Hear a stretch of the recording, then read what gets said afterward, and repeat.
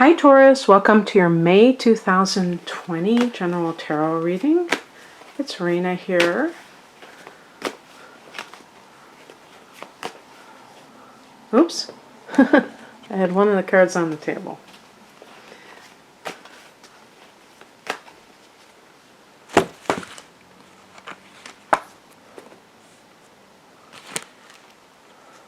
Happy birthday to those of you who are born in the month of May or even in April, because I'm recording this in the last week of April. Oh, I like that High Priestess. Let's see the final card. Oh, you get the Lover's card. I actually have 3 Major Arcana cards and a 6. Pretty good ratio for major events, change. I'm just collecting the rest of these cards. The heart of the matter is the Judgment card. In terms of just talking about like literal judgment, I mean, it could be your divorce comes through, maybe like a lawsuit that has to do with the workplace, but there's some other word I'm looking for. Arbitration, decision. We have here in the past position the 3 of Pentacles, which can be the co-workers. So if there was some kind of a problem, maybe unfair pay differences between you and co-workers, or some kind of a conflict with them, that could be resolved in May. And excuse me, the other thing about the Judgment card, it's about cause and effect. So it can be that something comes to that fruition where the effect comes in, the karma comes in, something related to you working with others. And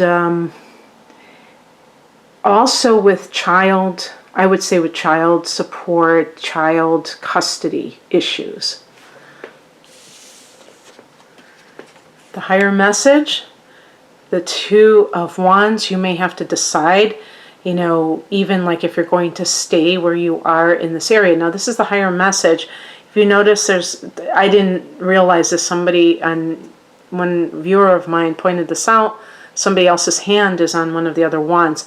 I looked at the Rider-Waite deck, which this Morgan Greer deck is very faithful to, and I did not see that same other hand on the other wand. So this is obviously an interpretation that the creator of this deck makes for the 2 of Wands, that you have a decision to make, but there's another person who may be impacted by the decision. Sorry, you're in my first reading. I just woke up. But anyway, so because of that, looking at it from the spiritual perspective, it may be that you want to move, but you have a child, and you have that custody. You see, because obviously in that scenario, even if you want to move and really want to move, if you're splitting custody with somebody, they're like major logistics, unless they take them in the summer and you're the rest of the year or something like that. In terms of the workplace, Wands can relate to career matters, and you may be at a crossroads, and something that has transpired in the workplace, even if it's something where you win the judgment, they side with you, you still may see the writing on the wall. You may say, this industry I think it's dying, or it's, and so they're trying to cut costs, and that's why they did that to me. It wasn't because they were singling me out. It was just that they're really losing money. So I think I'm going to go into another field, or this company is just they don't treat their workers right, and you have to go. I had to go through all this hell just to get where I'm at, and it doesn't feel like it was worth it. So you may still be deciding whether or not you want to continue.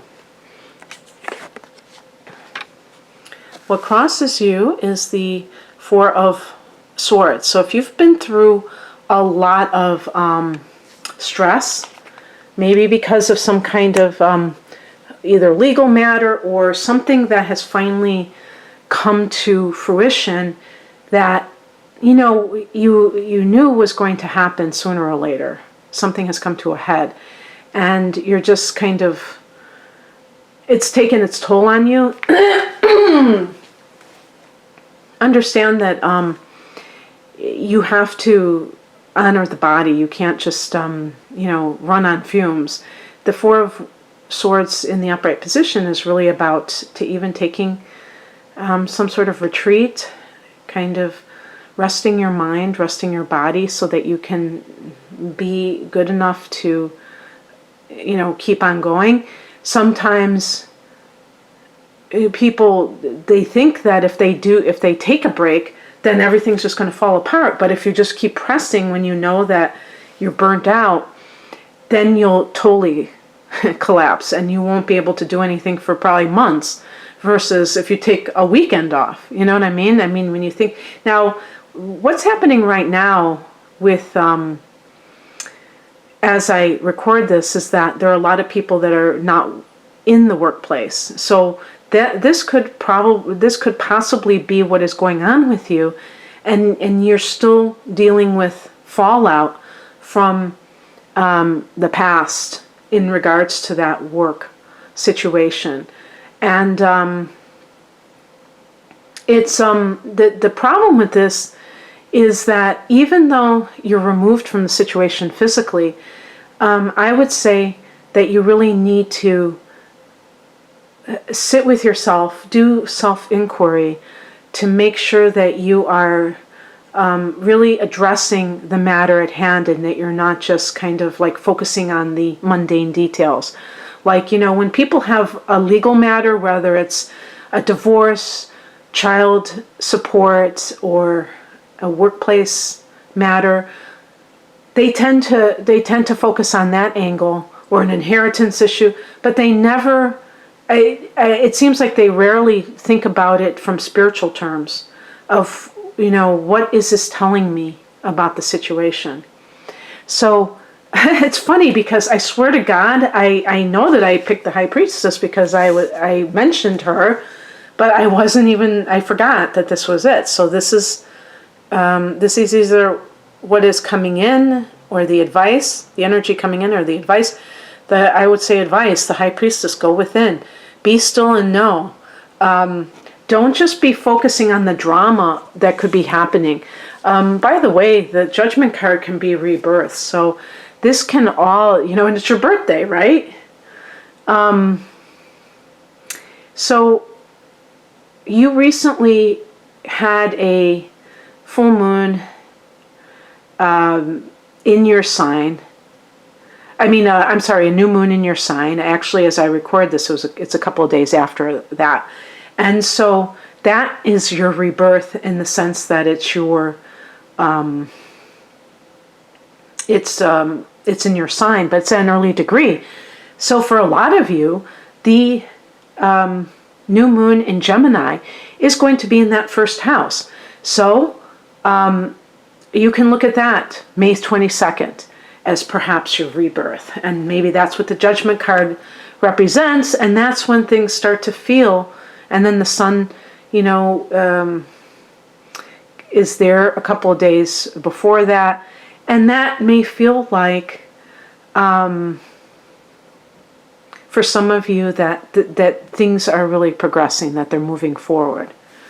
But I always think that you have to couple that with the spiritual work. So, they say as above, so below. And not just focus on, and it's a great distraction sometimes, some of these entanglements, legal entanglements, emotional entanglements, but ultimately, bringing it back to yourself is always a good thing. And the outcome is the Lover's card, and this is about, to me, kind of, the Lover's card is connected to, well, it's number 6, which is connected to Venus, your ruler. And to me, it's about restoring harmony in your life. So if you've had some kind of like dramatic events, or, oh, well, I was thinking, okay, timing wise, what's going on? Uranus in your sign. Maybe you're already starting to see those rumblings of unexpected events, change occurring, and having to kind of scramble and, keep up with things. And for the collective, for all of us, this is also true. Nudge, nudge, wink, wink, right? What we're dealing with. So we're all having to learn this lesson in one way or the other. But for you, it really is quite clear that this may be going on. And the Lover's card can be, I didn't follow that storyline fully, but let's say that you have gotten divorced, and with the 4 of Swords, you may be just wanting to jump right back into things. Well, tune into yourself. Make sure that you are ready for a new relationship. I know that you're very romantic, and you just have, that's just is how you're wired. But really honor the fact that you've been through something and you have to process it, and it looks good for you and another person. Maybe you have been waiting for another person, and divorce was the obstacle, and now you can be with that person. So if that's the case, congratulations. I hope that you enjoyed this, Taurus. If you'd like a personal reading, most of my readings are astrology based, and I say that because I personally believe that astrology can pinpoint things a lot more than tarot for me. For other people, it's going to be the tarot is their main source. There's my voice again. So anyway, the link is below to my online store. Take care. Bye.